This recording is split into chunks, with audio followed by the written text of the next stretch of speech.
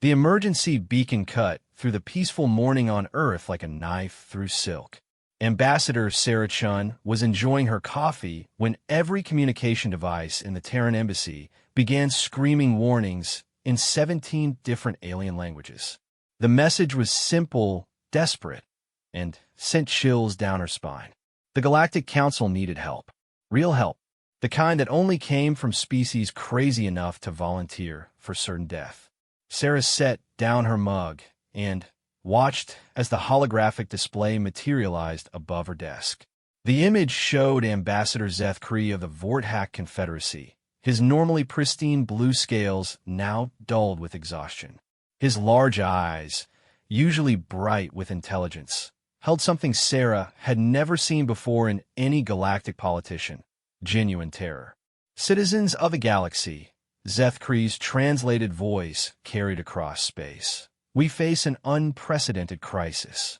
The ancient weapon systems of the destroyer civilization have awakened. 3-star systems have already fallen. Billions are dead or missing. Our greatest military minds calculate that we have perhaps 30 standard days before the wave of destruction reaches the core worlds. Sarah leaned forward. She had heard whispers about the destroyers during her diplomatic training. They were the galactic boogeyman, a civilization so advanced and ruthless that they had wiped themselves out in their own wars millions of years ago. Their automated weapons were supposed to be myths, ghost stories told to frighten young cadets. We have attempted to negotiate. We have tried every diplomatic solution. The machines do not respond to communication. They do not take prisoners. They do not show mercy. They simply destroy. Zeth Kree paused, his breathing heavy. Traditional military response has proven insufficient. Our most advanced warships are being torn apart like paper. Our energy shields might as well be made of wishful thinking.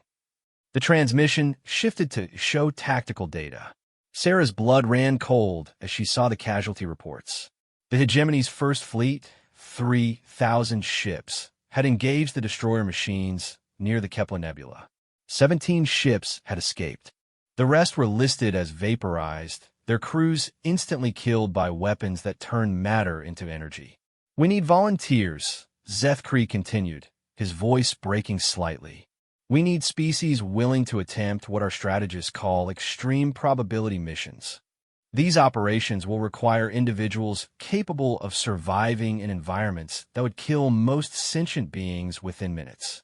We need those who can endure radiation levels that would cook Vorthak flesh in seconds. We need beings who can function in gravitational fields that would crush our bones to powder. Sarah's hands moved to her tablet before her conscious mind made the decision. She was already drafting a response as Zeth Kree delivered the final part of his message. We know this request borders on insanity. We know we are asking volunteers to almost certainly die. But if we fail, if the destroyer machines reach the core systems, 60 billion souls will perish. The choice is between certain death for a few thousand volunteers or probable extinction for our entire galactic civilization. The transmission ended, leaving Sarah alone with the weight of what she had just heard. Around her, she could hear other embassy staff members making urgent phone calls, their voices a mixture of excitement and dread. Everyone knew what this meant. Earth had been part of the Galactic Council for only 23 years, barely a newcomer by galactic standards. They were still classified as a developing civilization with concerning aggressive tendencies and remarkable adaptability to hostile environments. In other words, they were the Death Worlders. Sarah's tablet chimed with an incoming message from Earth Command. Admiral Rebecca Thompson's face appeared on the screen, her gray hair pulled back severely and her dark eyes holding the kind of determination that had made her legendary during the Titan Wars. Ambassador Chun, I assume you've seen the Council's broadcast. How quickly can you arrange a meeting with the Vorthak leadership? Within 6 hours, Admiral. But are we seriously considering this?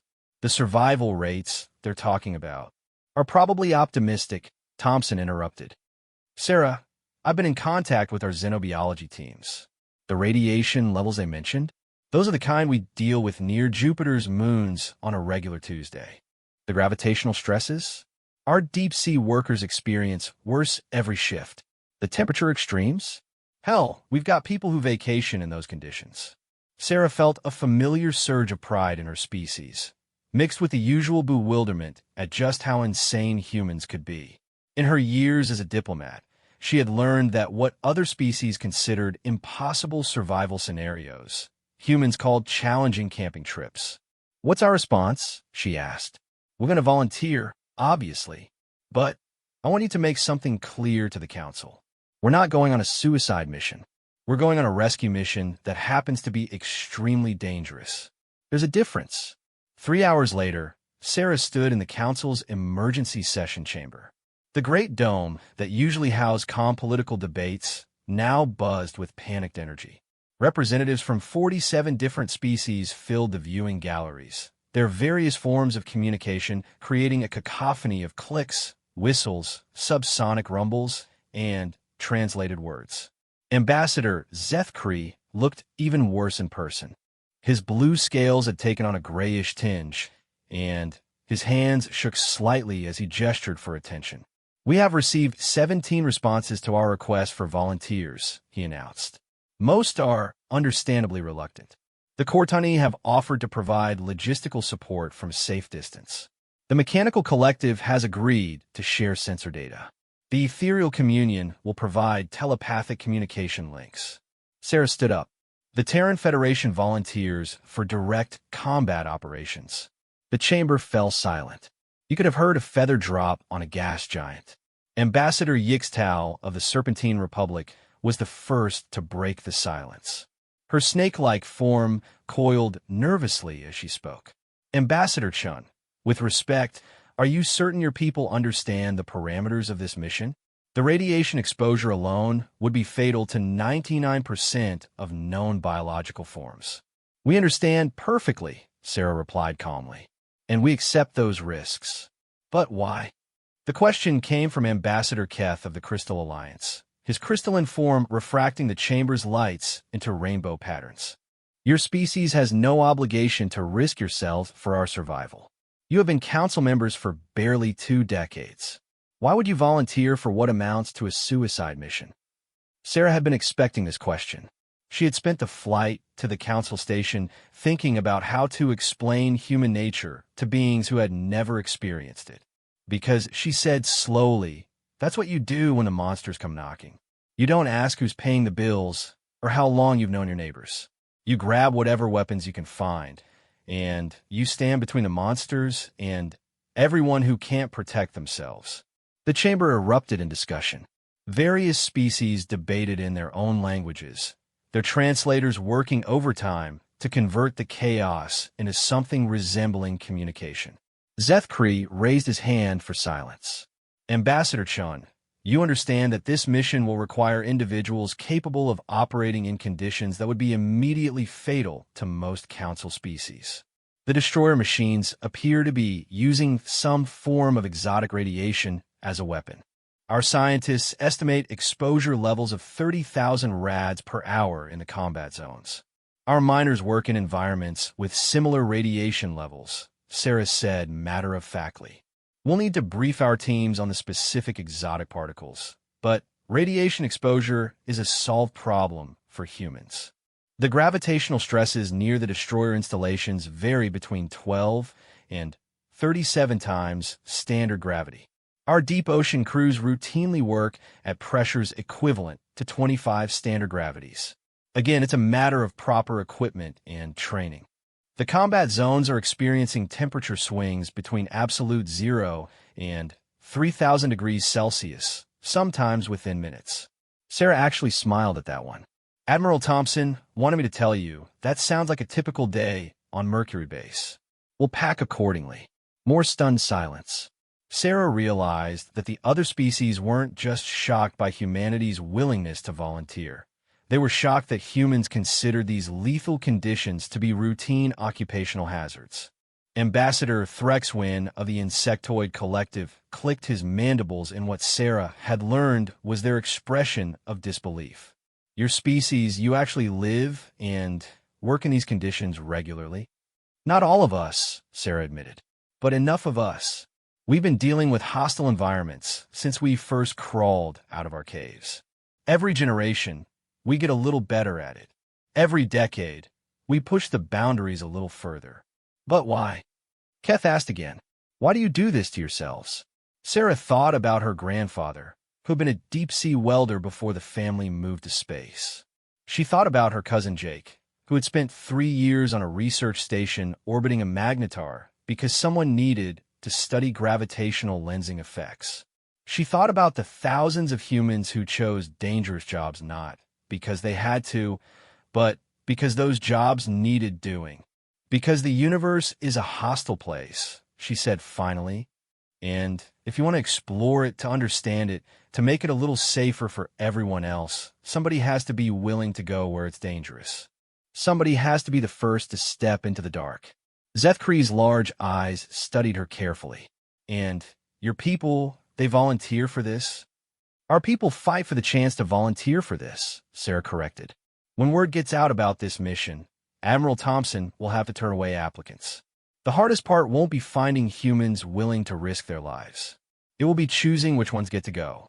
The emergency session continued for several more hours. Technical specifications were discussed. Survival requirements were analyzed. Strategic options were debated.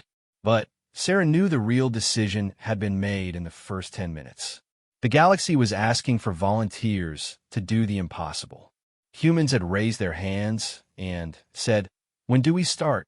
As the session concluded, Ambassador Zethkree approached her privately. His normally composed, diplomatic demeanor had been replaced by something raw and honest. Ambassador Chun, I must ask you directly, do your people truly understand what they are volunteering for?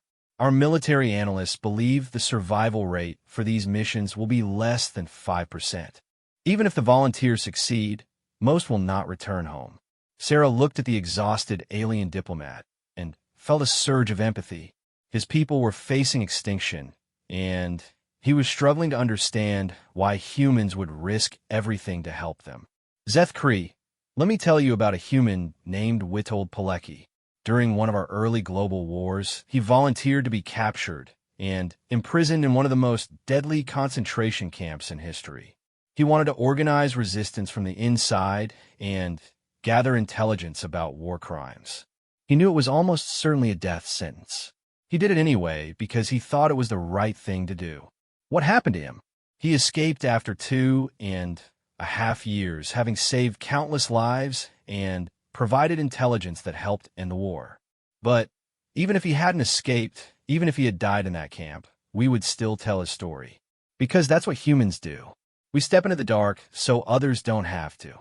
Zethkree was quiet for a long moment. Your species terrifies most of the council, you know. I know. They call you Deathworlders. They say you come from a planet so hostile that it creates beings who find danger recreational. They're not entirely wrong. But now we need exactly that kind of madness. Zethkree's scales had regained some of their blue luster. How quickly can your volunteers be ready? They're probably already packing, Sarah said with a smile. Admiral Thompson knows humans. She'll have put out the call for volunteers before our meeting even started. I'd estimate our first teams could be ready for deployment within 72 hours. 72 hours? Zethkree's eyes widened. Our military estimates, it would take at least 2 weeks to prepare any force for deployment to the combat zones. That's because your military is sensibly afraid of radiation, extreme gravity, and temperature swings that could kill them. Our volunteers grew up swimming in nuclear reactor cooling pools and playing gravity ball in variable G chambers. For them, this isn't preparation for combat in impossible conditions. This is just Tuesday. As Sarah walked back to the Terran embassy, she thought about the message she would need to send to Earth Command. How do you tell an entire planet that the galaxy needs them to do the impossible? How do you explain that they're being asked to volunteer because they're the only species crazy enough to survive it? Then, she remembered Admiral Thompson's words. We're not going on a suicide mission. We're going on a rescue mission that happens to be extremely dangerous. The difference mattered. It was the difference between hopeless sacrifice and determined heroism. It was the difference between dying for nothing and living, however briefly, for something greater than yourself. The call had gone out across the galaxy, asking for volunteers to face certain death. Only the Deathworlders had the strength to stand. Commander Marcus Rodriguez had been expecting the call. When your service record included tours on Venus base, 3 years aboard the Solar Research Station Helios, and a commendation for surviving 12 hours in hard vacuum after a shuttle accident, you learned to recognize when the universe was about to ask you to do something monumentally stupid. The message from Earth Command was brief. Report to Titan Base for immediate deployment. Bring radiation gear. Extreme hazard pay authorized. Volunteers only. Marcus smiled as he packed his gear. Extreme hazard pay meant they were going somewhere that would kill most people just by existing there. Volunteers only meant the brass knew exactly how dangerous this was and didn't want to order anyone to their death. It sounded like exactly the kind of mission he had joined the service for. Titan Base was in chaos when he arrived. The orbital facility, normally home to about 300 researchers and military personnel, now swarmed with nearly 2,000 of humanity's most experienced extreme environment specialists. Nuclear engineers from the Jupiter colonies, deep space welders who worked on solar collection arrays, mining crews from the asteroid belt, and combat veterans from every branch of the service. Admiral Thompson stood before the assembled volunteers in the main briefing hall. Behind her, holographic displays showed star charts marked with expanding red zones. 3 days ago, the Galactic Council asked for volunteers to stop an ancient weapon system that's destroying star systems. She began without preamble. They need people who can survive in environments that would kill most organic life forms instantly. They asked for the impossible. A cheer went up from the assembled humans. Marcus grinned. Leave it to his species to get excited about being asked to do the impossible.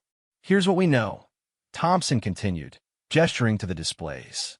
The destroyer machines appear to be automated weapon systems left over from an ancient war. They're not just attacking military targets. They're systematically sterilizing entire star systems. Their weapons emit exotic radiation that breaks down molecular bonds. Their ships generate gravitational fields that can crush conventional vessels. They operate in temperature ranges that would boil most biological compounds. Dr. Sarah Kim, one of the base's xenobiologists, stepped forward. We've been analyzing the data the Council provided. The radiation signatures match theoretical models for quantum decay accelerators. Essentially, the machines are using weaponized entropy. They're speeding up the natural breakdown of matter. Which means what? Exactly, called out Sergeant Torres from the back of the room. Which means, Dr. Kim replied, that anything exposed to these weapons ages rapidly at the molecular level.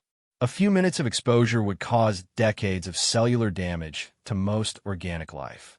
Most organic life, Marcus noted. What about us? Dr. Kim smiled grimly. That's where it gets interesting. Humans have an unusual resistance to radiation damage, probably evolved from living on a planet with a weak magnetic field and frequent exposure to cosmic rays. Our cellular repair mechanisms are extremely robust compared to most species in the galaxy. Plus, added Chief Engineer Yamamoto, we've been deliberately exposing ourselves to high radiation environments for centuries.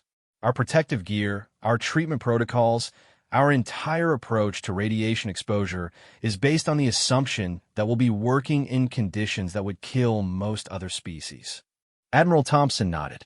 The Council's military estimates suggest a 5% survival rate for these missions.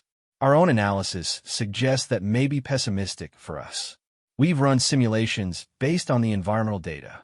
With proper equipment and tactics, we estimate survival rates closer to 40%. The room erupted in excited conversation. 40% odds of survival sounded pretty good to people who were used to working in environments with 10% margins for error. What's the mission profile? Asked Commander Park, a veteran of the Martian mining colonies. Thompson activated the tactical display. The destroyer machines appear to be following a pattern. They target systems with high concentrations of advanced technology, strip mining useful materials, and adding them to their own infrastructure. They've established 3 major staging areas, heavily fortified positions where they're building new machines. The display showed 3 star systems, each marked with clusters of red indicators. Our job is to infiltrate these staging areas and plant singularity charges. We blow their manufacturing centers, they can't build new machines, and their advanced stops. Infiltrate how? Asked Torres. Very carefully, Thompson replied with dark humor. The staging areas are surrounded by automated defense networks that fire on anything larger than a small asteroid. Conventional ships get vaporized before they can get close enough to matter. But small, heavily shielded infiltration craft might be able to slip through the gaps. Marcus studied the tactical data and felt a familiar mixture of excitement and terror.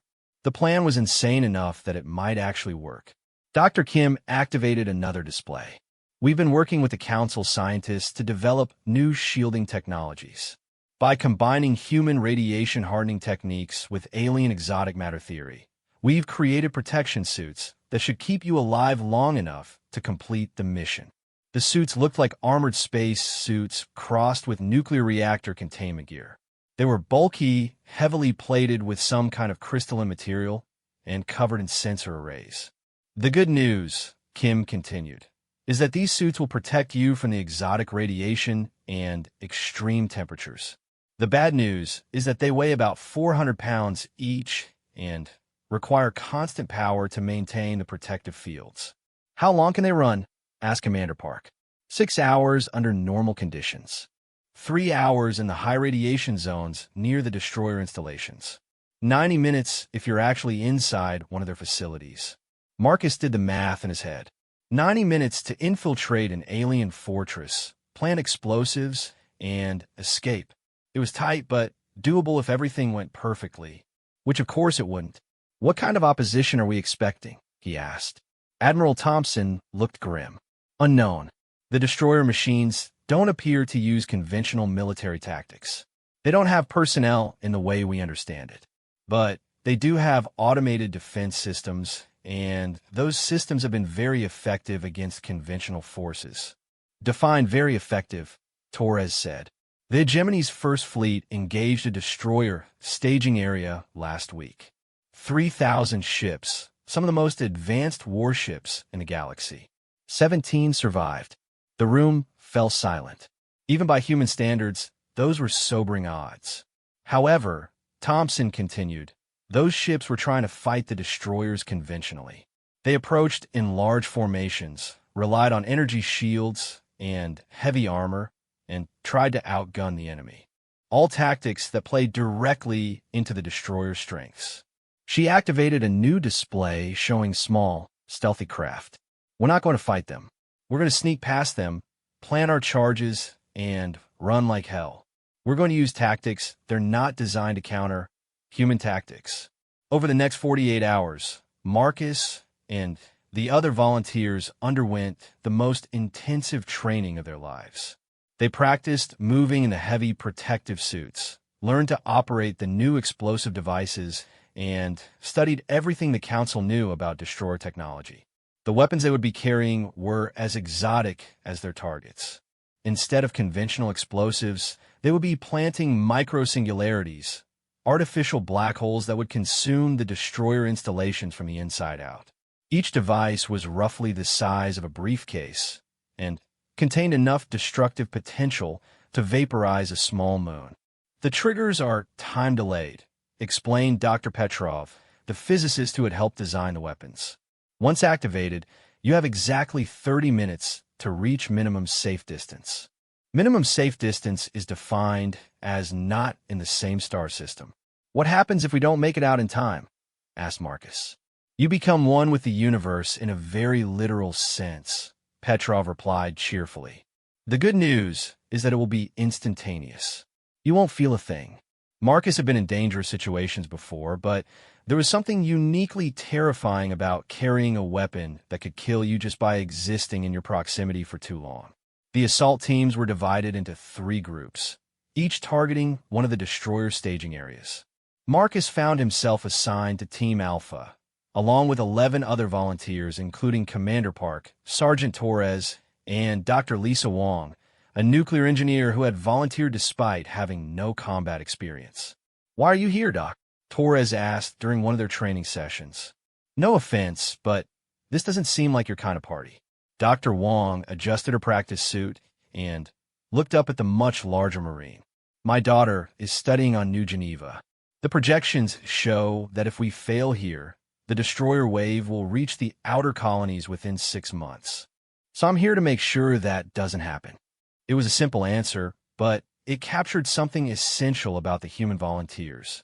They weren't here for glory or money or even for the thrill of danger. They were here because someone had to be, and they were the only ones who could survive it. The infiltration craft were marvels of engineering, combining human stealth technology with alien material science.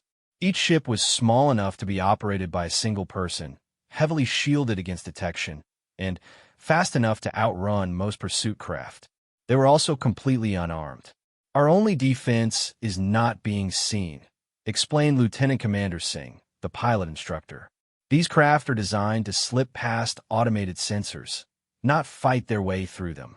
If you're detected, your best bet is to run." "What if we can't run?" asked Marcus. "Then you complete the mission anyway," Admiral Thompson said bluntly. "The singularity charges don't care if you're alive when they detonate. Dead heroes can still save the galaxy." It was a sobering reminder of just how desperate the situation had become. On the final day of training, Marcus stood in the hangar bay looking at his assigned infiltration craft. The ship was sleek and angular, covered in sensor-absorbing materials that seemed to bend light around them. It looked like something designed by someone who understood that sometimes the best armor was not being there when the enemy looked for you. Dr. Wong appeared beside him, also studying her assigned craft. "Do you think we can actually pull this off?" she asked. Marcus considered the question seriously. They were planning to infiltrate the most heavily defended positions in the galaxy, plant weapons of mass destruction, and escape before those weapons killed them along with their targets. By any reasonable standard, it was a suicide mission. "Yeah," he said finally. "I think we can. We're humans, document. We specialize in pulling off the impossible. Even when the odds are against us. Especially when the odds are against us. That's when we do our best work." The next morning, the 3 assault teams departed Titan Base aboard a Council transport ship. The journey to the deployment zone would take 5 days, during which they would make final preparations and receive updated intelligence about their targets. As Earth fell away behind them, Marcus felt the familiar mixture of fear and anticipation that came before every dangerous mission. Somewhere out there, ancient machines were systematically destroying everything in their path. In 3-star systems, automated weapons were manufacturing new instruments of destruction, and 12 humans in heavily armored suits were planning to sneak in and blow them all to hell. It was insane. It was dangerous. It was probably hopeless. It was exactly the kind of impossible task that humans have been volunteering for since they first looked up at the stars and decided they wanted to visit them. The approach to the first destroyer staging area took Marcus's breath away, and not in a good way. Through the viewports of the Council transport ship, he could see what had once been the Kepler system, home to over 2 billion people across 4 inhabited worlds. Now there was nothing but debris and the dark silhouettes of destroyer machines. The planets were gone. Not destroyed, not broken apart, but completely gone. In their place, massive geometric structures hung in space like malevolent metal flowers. Each structure was roughly the size of a small moon, its surface covered in construction bays where new machines emerged every few hours. "Jesus Christ," whispered Sergeant Torres, staring at the tactical display. "How do they do that? How do you just disappear an entire planet?" Dr. Wong checked her readings with shaking hands. The exotic radiation signatures suggest they're using some kind of matter conversion technology. They're not destroying the planets. They're converting them directly into raw materials for construction. Marcus felt sick. 2 billion people reduced to building materials for alien war machines. It was a level of callous efficiency that defied human understanding. "Contact in 3 hours," announced Captain Veltar, the Council military officer commanding the transport. "Teams Alpha, Beta, and Gamma will deploy simultaneously to maximize our chances of success." The plan was elegant in its simplicity. While the 3 human teams infiltrated the staging areas and planted their singularity charges, Council fleets would create diversionary attacks at the edges of each system. The destroyer machines would respond to the obvious threats, hopefully drawing attention away from the small infiltration craft. It was a plan that required perfect timing and more than a little luck. Marcus strapped himself into his infiltration craft and ran through the pre-flight checklist one final time. The protective suit felt strange, heavier than anything he had worn before, with a constant low hum from the power systems that kept the exotic matter shielding active. "Alpha Team, this is Control." Admiral Thompson's voice came through the comm system from the transport's bridge. "Final mission briefing. Your target is a Staging Area Prime, the largest of the 3 construction facilities. Intelligence suggests this is where the destroyers are manufacturing their command units." The tactical display showed a detailed scan of the target. The structure was vast, easily 10 kilometers across, with dozens of construction bays and what appeared to be a central control complex. "Your insertion point is Bay 7, on the facility's lower hemisphere. Scans suggest this area has the lowest sensor density. You'll have approximately 90 minutes from insertion to reach minimum safe distance after charge detonation." 90 minutes. Marcus had time to route during training. It would take at least 60 minutes to reach the central complex, plant the charges, and return to their craft. That left 30 minutes for unexpected complications. In Marcus's experience, there were always unexpected complications. "Alpha Team acknowledges," he replied. "We're ready to go." The deployment was surreal. One moment they were inside the transport ship, surrounded by the familiar sounds and smells of human technology. The next, Marcus was alone in the void, his tiny craft invisible among the debris fields that surrounded the destroyer staging area. The enemy machines were everywhere. Massive construction ships moved between the staging platforms, carrying loads of processed material. Smaller patrol craft swept the system in regular patterns, their sensors probing for anything that shouldn't be there. Marcus held his breath as a patrol craft passed within a few hundred meters of his position.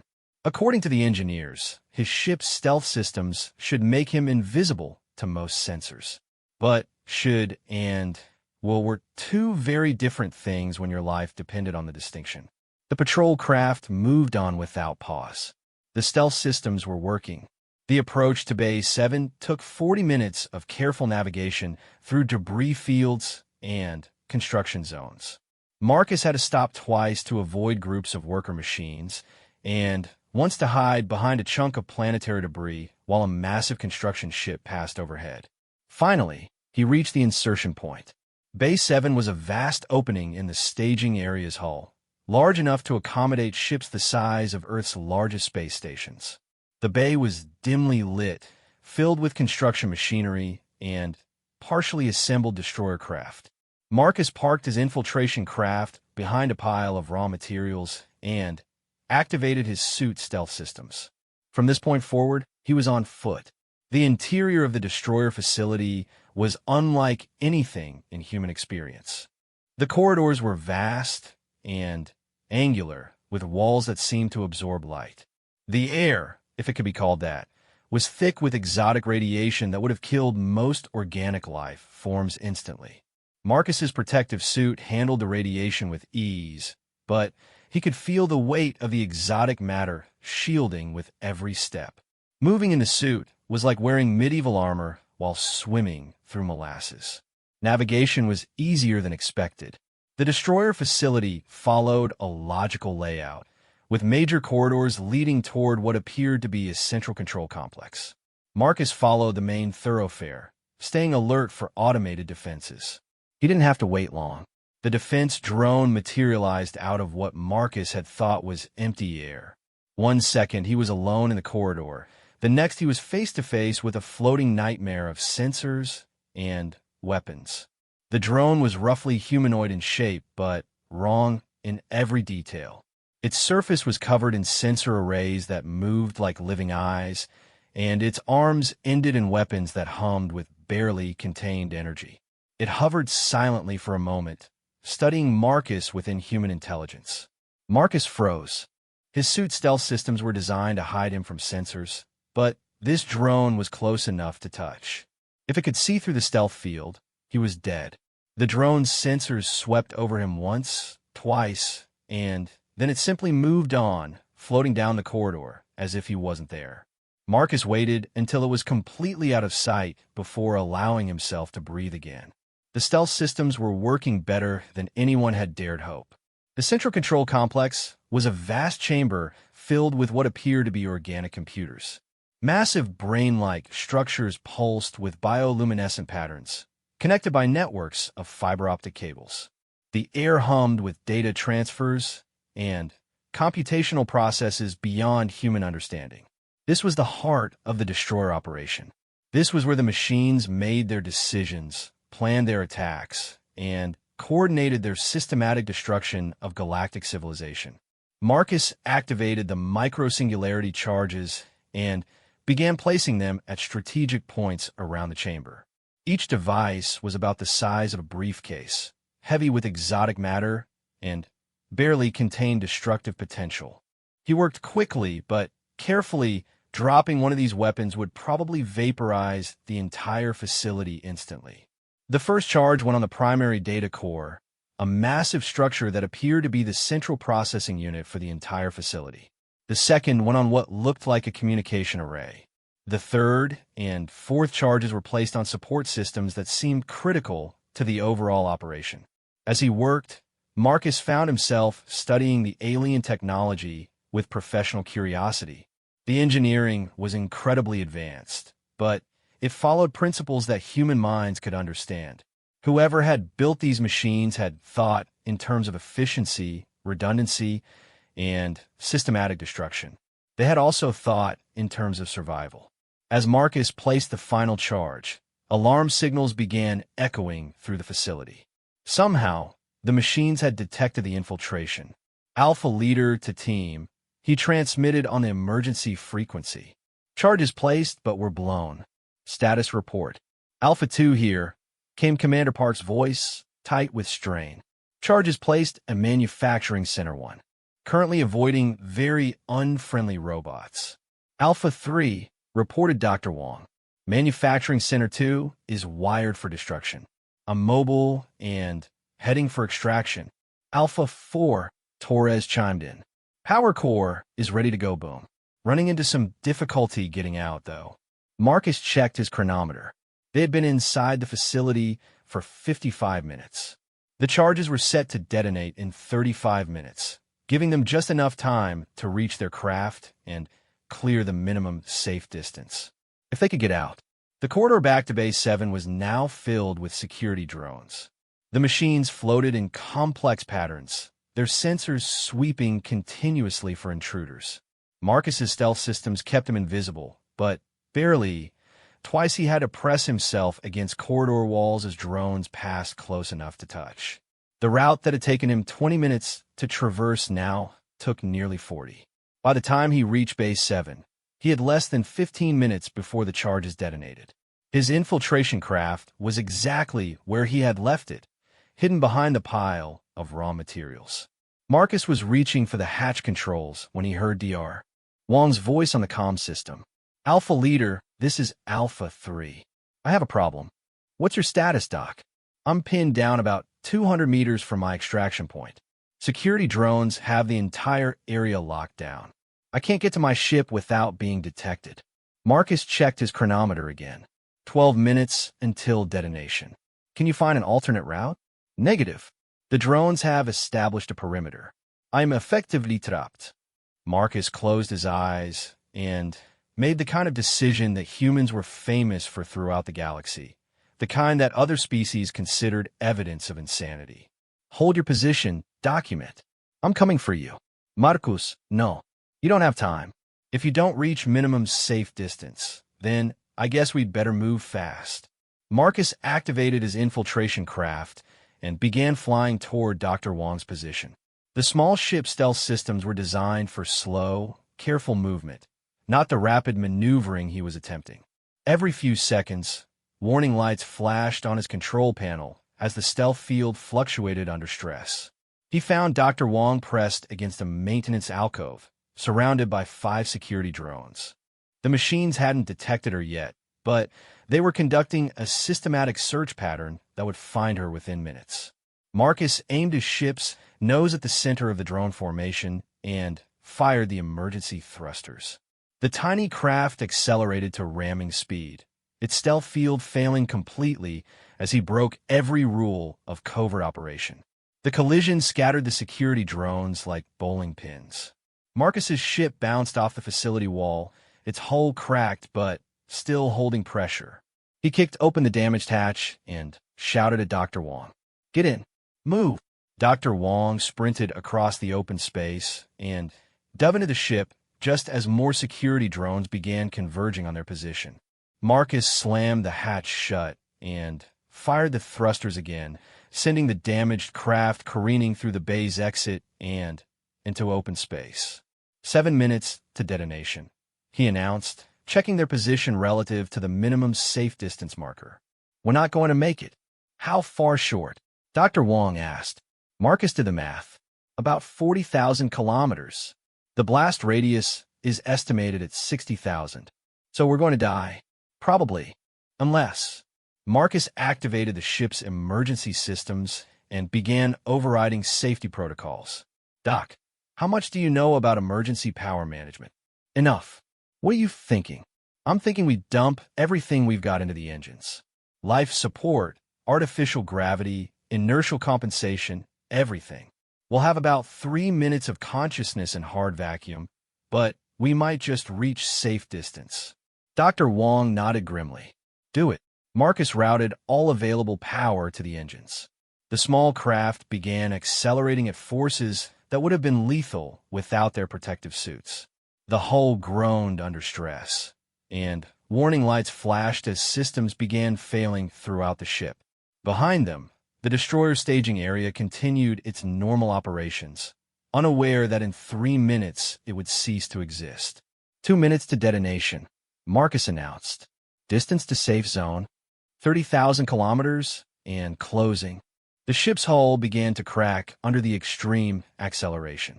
Atmosphere leaked out through stress fractures, and the internal temperature began dropping rapidly. Dr. Wong's suit systems activated emergency protocols, sealing her inside a protective cocoon. 1 minute to detonation. 20,000 kilometers to safe zone. The engines were running far beyond their design specifications, burning through reaction mass at unsustainable rates. Marcus could see system failures cascading across his control panel, but the ship kept accelerating. 30 seconds. 10,000 kilometers. The ship was coming apart around them. The hull was more cracked than solid metal. The engines were on the verge of complete failure, and they were still inside the blast radius. 10 seconds. 5,000 kilometers. Marcus closed his eyes and thought about home, about Earth, about the billions of people throughout the galaxy who were depending on a few humans to do the impossible. Detonation. The universe went white. The micro-singularities detonated simultaneously across all 3 destroyer staging areas, releasing energies that had been contained since the birth of the cosmos. The ancient alien facilities, with their impossible technologies and their systematic destruction of civilizations, simply ceased to exist. Marcus woke up in a council medical facility, his body aching from radiation exposure and acceleration trauma. Through the window, he could see stars, normal, stable stars, not the hellish glow of destroyer weapons. "How long was I out?" he asked the medical technician. 18 hours. "You're lucky to be alive. The blast wave from the singularity detonation caught you just at the edge of survivable range. The others? All teams successful.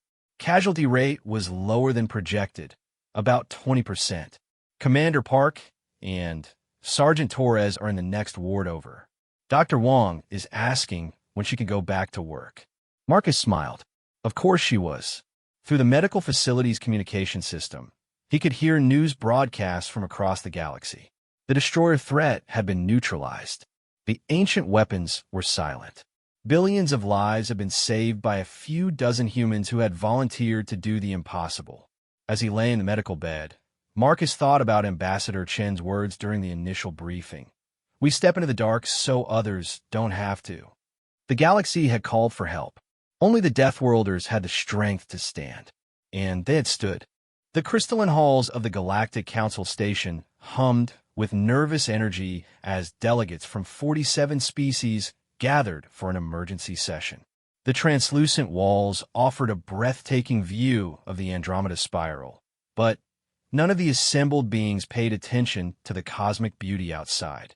Their focus remained fixed on the holographic display showing the devastation of Kepler 442b, a peaceful mining colony that had been reduced to ash and crater-scarred wasteland in less than 6 standard hours.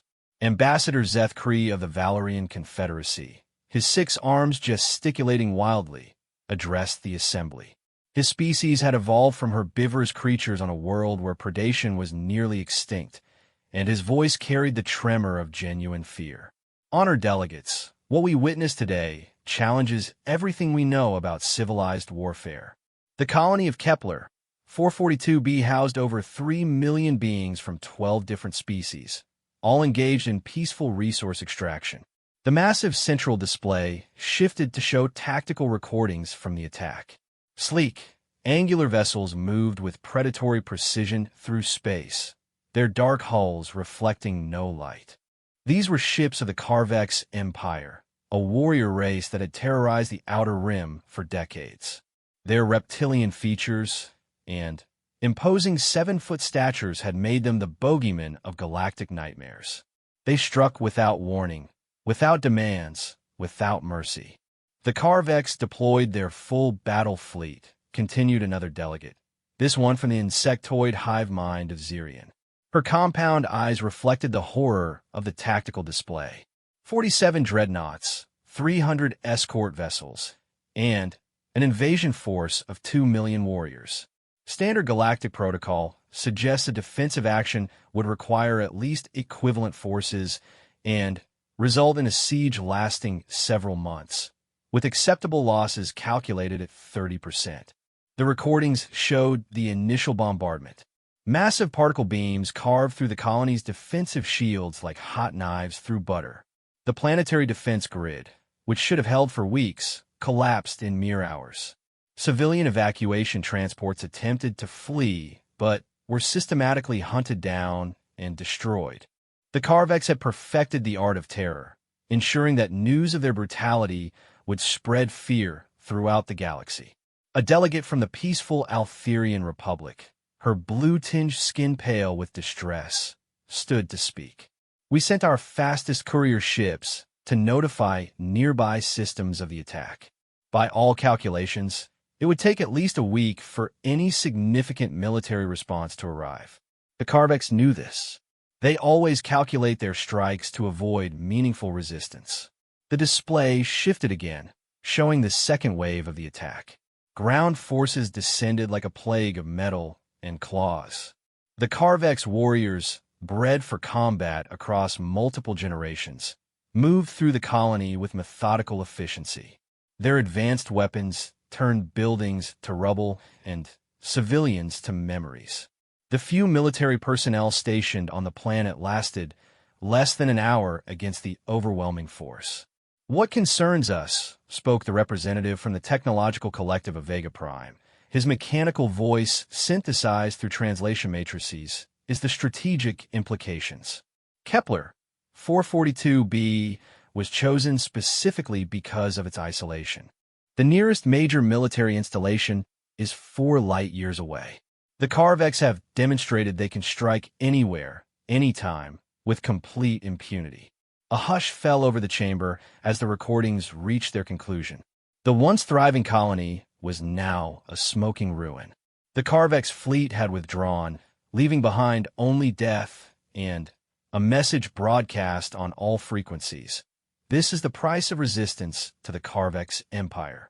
Submit or share this fate. Ambassador Zethkree's voice cracked with emotion as he continued.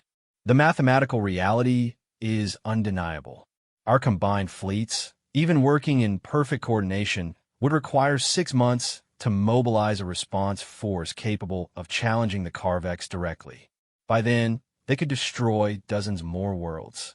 We are looking at the systematic collapse of our outer territories, possibly leading to the dissolution of the Galactic Council itself. The silence stretched until it was broken by an unexpected announcement from the station's communication array. Incoming priority transmission from Earth Sector Command. Human delegation requests immediate audience with the Council. A ripple of confusion passed through the assembly. The humans were among the newest members of the Galactic Council, having achieved faster-than-light travel only 50 years ago. Their representative, Ambassador Sarah Chun, was known for her diplomatic skills and calm demeanor, but their military was considered primitive by galactic standards. Their weapons still relied on kinetic projectiles and chemical explosives, technologies most species had abandoned millennia ago. The main display flickered and resolved into the image of Ambassador Chun. Her dark hair was pulled back in a simple ponytail, and her brown eyes held an intensity that seemed unusual for the typically reserved human diplomat. Behind her, the bridge of what appeared to be a human starship buzzed with activity. Honored members of the Council, Chin began, her voice carrying none of its usual diplomatic pleasantries. We've received your emergency broadcasts regarding the Kepler 442b incident. Humanity wishes to offer our assistance in resolving this situation. A barely suppressed chuckle rippled through some sections of the assembly. The Carvex Empire commanded fleets that could reduce planets to ash, while the entire human military consisted of perhaps 200 vessels, most of which were converted civilian craft. The idea that they could contribute meaningfully to a conflict of this magnitude seemed almost quaint. Ambassador Zethkree, maintaining diplomatic protocol despite the circumstances, responded carefully. Ambassador Chun, humanity's offer is appreciated, but I fear this situation requires resources beyond what your people can provide. The Carvex fleet represents the most powerful military force in known space. Even our combined fleets would struggle against them. Chin's expression didn't change, but something shifted in her eyes. With respect, Ambassador Zethkree, I believe you may be operating under some misconceptions about human capabilities. We've been monitoring Carvex activities for several months now. What happened at Kepler 442b was not unexpected. The chamber erupted in surprised murmurs. Several delegates began speaking at once, their translation matrices creating a cacophony of overlapping voices. If the humans had advanced knowledge of Carvex plans, why hadn't they shared this intelligence with the Council? You knew. The question came from a Zirian delegate, her compound eyes focusing intently on Chen's image. Your species had intelligence regarding this attack, and chose not to warn the colony? For the first time, Chen's diplomatic mask slipped slightly. When she spoke again, her voice carried undertones that made several sensitive species unconsciously step backward from their viewing screens. We knew the Carvex were planning something. What we didn't know was the exact target or timing. By the time our intelligence networks confirmed Kepler 442b as the target, the attack was already underway. The Valerian ambassador leaned forward, his multiple arms gesticulating in confusion. Intelligence networks? Humanity has only been a council member for 50 years. How could you possibly have developed intelligence capabilities that rival our own services that have been operating for millennia? Chun was quiet for a long moment, and when she spoke, her words carried a weight that seemed to press down on the entire chamber. Because, honored delegates, you've never actually understood what humans are. You've seen our diplomats, our scientists, our artists. You've observed our peaceful integration into galactic society and assumed that's the full extent of our nature. What you haven't seen is what we become when someone threatens what we protect. The display behind Chun shifted, showing tactical readouts and ship positions. The bridge crew moved with a precision and efficiency that reminded several military-minded delegates of elite combat units. The Carvex fleet is currently holding position in the Kepler 442 system, conducting salvage operations and establishing a forward base. They believe themselves secure, surrounded by the empty void of space and protected by the most powerful military force in the galaxy. Chen paused, and for just a moment, something predatory flickered across her features. They're about to learn that space isn't empty when humans are hunting. The transmission ended abruptly, leaving the council chamber in stunned silence. The implications of Chen's words settled over the assembly like a cold shadow. Several delegates began accessing their species' historical databases, searching for information about human evolution and biology that they had previously dismissed as irrelevant. What they found sent chills through even the most hardened military minds. Humans hadn't evolved as prey animals like most of the galaxy's sapient species. They were persistence predators, creatures who had risen to dominance on their world not through superior strength or speed, but through relentless pursuit and tactical intelligence. Their ancestors had hunted megafauna to extinction using nothing but sharpened sticks and the ability to track their prey across vast distances. The peaceful, diplomatic humans they knew were apparently just one face of a species that had evolved to be apex predators. And now, for the first time since joining the galactic community, something had threatened them enough to bring that ancient nature back to the surface. In the depths of space, 3 light years from the Kepler 442 system, something moved through the darkness. The human fleet had arrived not with the fanfare of traditional warfare, but with the silent approach of predators positioning themselves for a kill. Their ships ran dark, their heat signatures masked, their communications limited to tight beam transmissions that wouldn't register on conventional sensors. The galaxy was about to witness something unprecedented: humanity at war. Not the civilized, rule-bound conflicts that had characterized galactic warfare for millennia, but something far older and more terrifying. The humans were about to show the Council what happened when a species evolved for hunting decided that something needed to die. The Carvex Empire had made a fatal miscalculation. They had attacked what humans considered defenseless innocents, and in doing so, they had awakened something that had slept beneath the surface of human civilization for barely half a century. The predators were coming, and they brought with them 4 billion years of evolutionary refinement in the art of killing. As the council delegates attempted to process what they had witnessed, emergency klaxons began sounding throughout the station. Long-range sensors had detected massive gravitational distortions in the Kepler 442 system. Something was happening, something that would change the balance of power in the galaxy forever. The emergency session of the Galactic Council had devolved into chaos. Representatives from 47 species shouted over each other in dozens of languages, while translation matrices struggled to keep up with the overlapping conversations.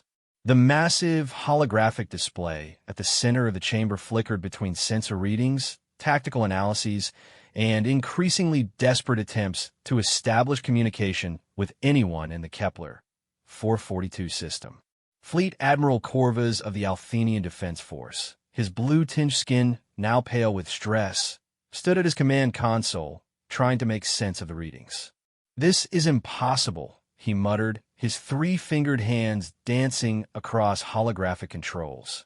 The gravitational distortions we're detecting would require the mass of a small moon, but there's nothing on our sensors that could account for them. The distortions had begun exactly 47 minutes after Ambassador Chen's transmission had ended. What started as minor fluctuations in the space-time fabric around Kepler 442b had rapidly escalated into massive tears in reality itself. Several council member species had theoretical knowledge of such phenomena, but none had ever witnessed them on this scale. Could it be some kind of Carvex superweapon? The question came from Delegate Vexhara of the Crystalline Collective, her translucent form refracting the chamber's ambient light into prismatic patterns. Our historical records indicate they've been developing exotic technologies for decades. Ambassador Zeth Kree shook his massive head, all 6 arms working frantically at his data terminals. Negative. The energy signatures don't match any known Carvex technology. These readings are unlike anything in our databases. The gravitational waves are following patterns that suggest intelligent control, but the power requirements would exceed the output of an entire star. The main display suddenly cleared, showing a real-time view of the Kepler 442 system from a long-range observatory probe. The Carvex fleet maintained its position in orbit around the devastated planet, their massive dreadnoughts forming defensive patterns around their mobile command stations. Their ships, each one a kilometer-long instrument of destruction, appeared insignificant against the backdrop of space. "Wait," breathed the Xerian delegate, her compound eyes focusing on subtle distortions in the starfield behind the Carvex fleet. Enhanced section Gamma 77. Maximum magnification. The display zoomed in, and several delegates gasped audibly. Space itself seemed to be rippling, as if reality were water and something massive was moving beneath its surface. The distortions followed no natural pattern, instead moving with purpose and intelligence that suggested control by an advanced consciousness.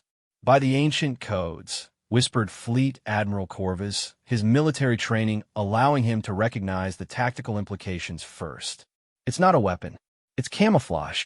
The realization hit the chamber like a physical blow. The gravitational distortions weren't the byproduct of some exotic weapon or natural phenomenon. They were a concealment system, something that bent space-time itself to hide whatever was generating them. The power requirements for such technology exceeded anything in the galactic database by several orders of magnitude. How is this possible? The question came from multiple delegates simultaneously. No known civilization has the capability to manipulate gravity on this scale. The energy requirements alone would necessitate harnessing the power of multiple stellar cores. The answer came in the form of a priority transmission from the probe network surrounding the Kepler system. The automated sensors designed to detect and catalog all forms of electromagnetic and gravitational radiation had recorded something that defied every principle of known physics. Objects with the mass signatures of large asteroids were moving at impossible speeds, following trajectories that should have torn them apart from the gravitational stresses involved.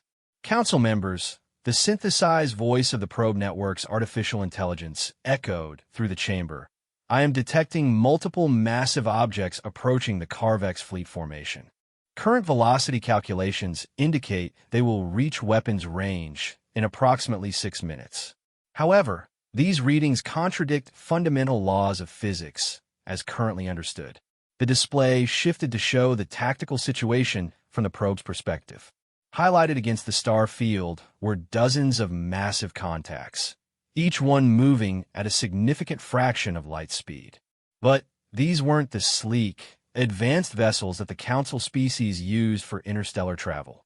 The computer enhancement revealed their true nature, and several delegates made sounds of confusion and disbelief.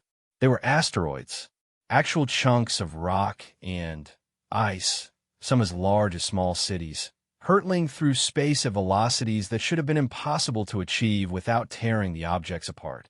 More impossibly, they were under intelligent control, following complex attack patterns and maintaining perfect formation despite their incredible speed. "This is completely impossible," stated the representative from the technological collective, his mechanical voice carrying electronic undertones of confusion. "The acceleration required to bring asteroids to those velocities would generate thermal signatures visible from the other side of the galaxy. Our sensors detect nothing. It's as if they're defying the basic principles of momentum conservation." Fleet Admiral Corvus studied the tactical display with the eyes of someone who had spent centuries analyzing space combat. "The approach vectors are perfect," he said slowly. "They're coming from multiple directions, using the gravitational shadows of planetary bodies and the system's asteroid belt for concealment. Whoever is controlling this has mapped every gravitational influence in the system and calculated trajectories that would be invisible to conventional sensors until the final approach. The Carvex fleet, for all their advanced technology and military superiority, remained completely unaware of the approaching threat. Their sensors, designed to detect conventional spacecraft and energy weapons, couldn't process what was happening. To their instruments, the space around them remained empty and peaceful. 6 minutes until contact, announced the probe network. Updating tactical analysis. The approaching objects appear to be natural asteroids that have been extensively modified, detecting artificial gravity generators, propulsion systems, and what appear to be weapons arrays integrated into their structure. However, the technology used is unlike any known classification. The chamber fell silent as the implications sank in.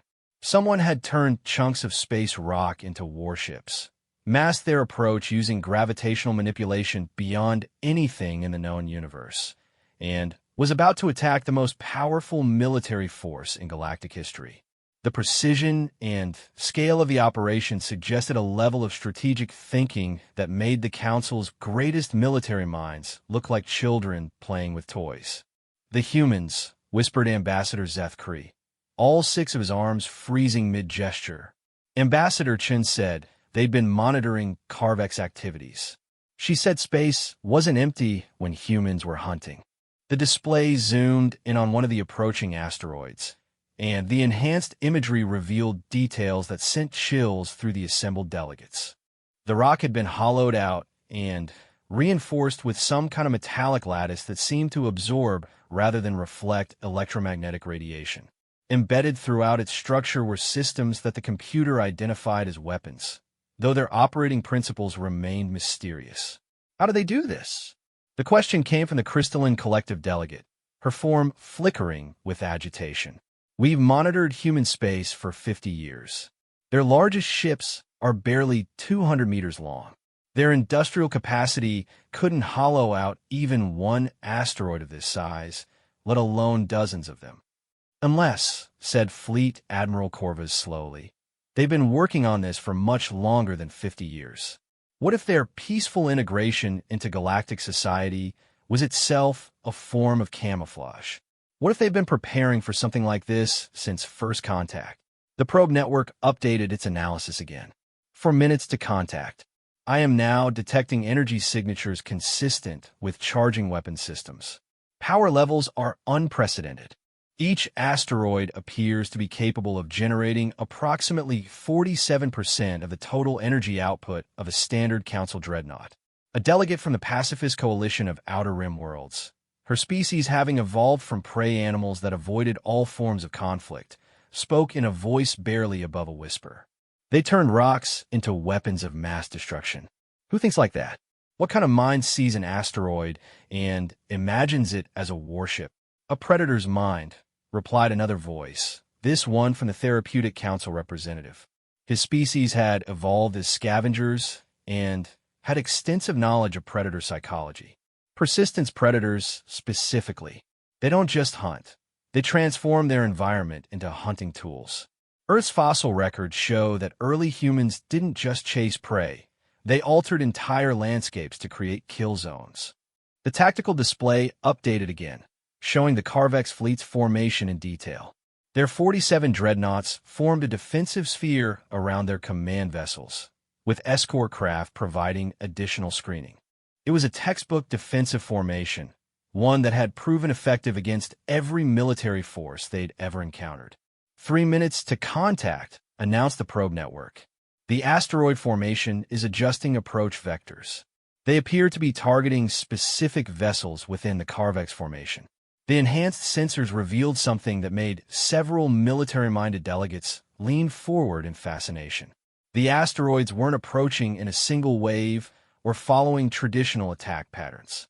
Instead, they moved like a pack of predators, coordinating their assault to attack from multiple angles simultaneously while leaving escape routes deliberately open.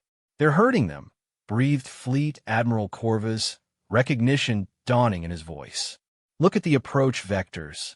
They're not trying to destroy the entire fleet at once.